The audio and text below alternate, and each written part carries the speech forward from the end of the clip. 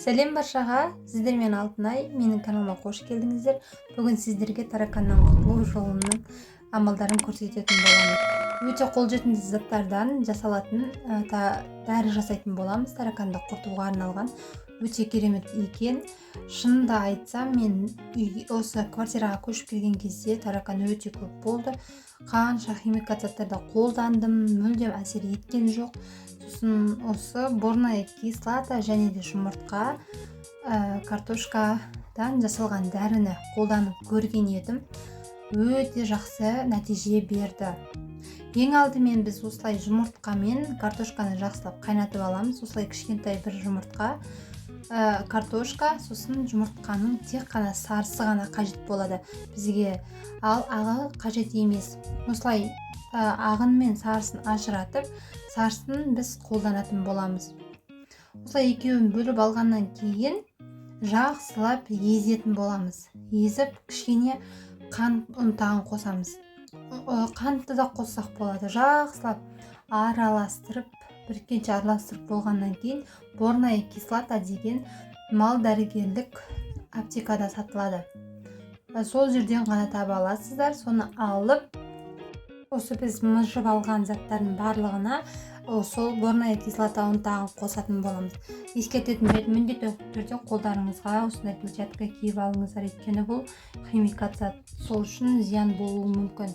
Сосын осылай барлығын араластырып болғаннан кейін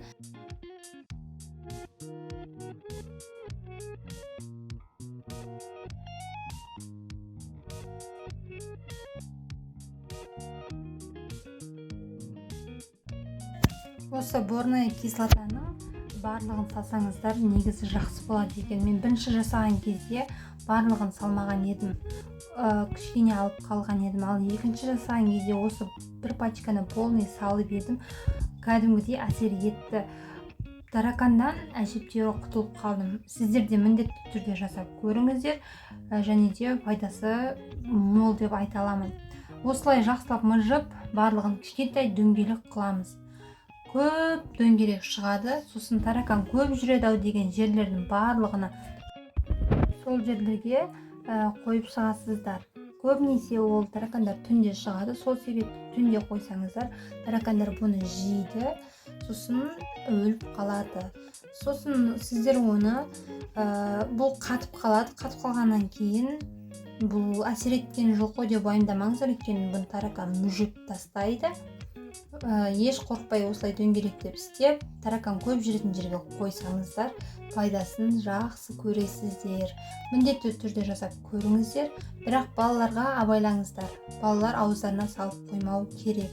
Бұл химикат болғаннан кейін балалардың денсаулығына зиян болуы мүмкін. Ал достар, міндетті түрде жасап көріңіздер, пайдасын көрсеңіздер, лайк, комментария қалдырып, достарыңызбен бөлісе кетіңіздер. Рецепт ұнаған болса, осы пайдалы кеңес, менің каналыма тіркеліп кетіңіз, және де қолдап кетіңіздер. Алдағы уақытта сіздерге көптеген осындай пайдалы кеңестермен бөлісетін боламын. Назарларыңызға рахмет. Сіздермен мен Санақ Алтынай.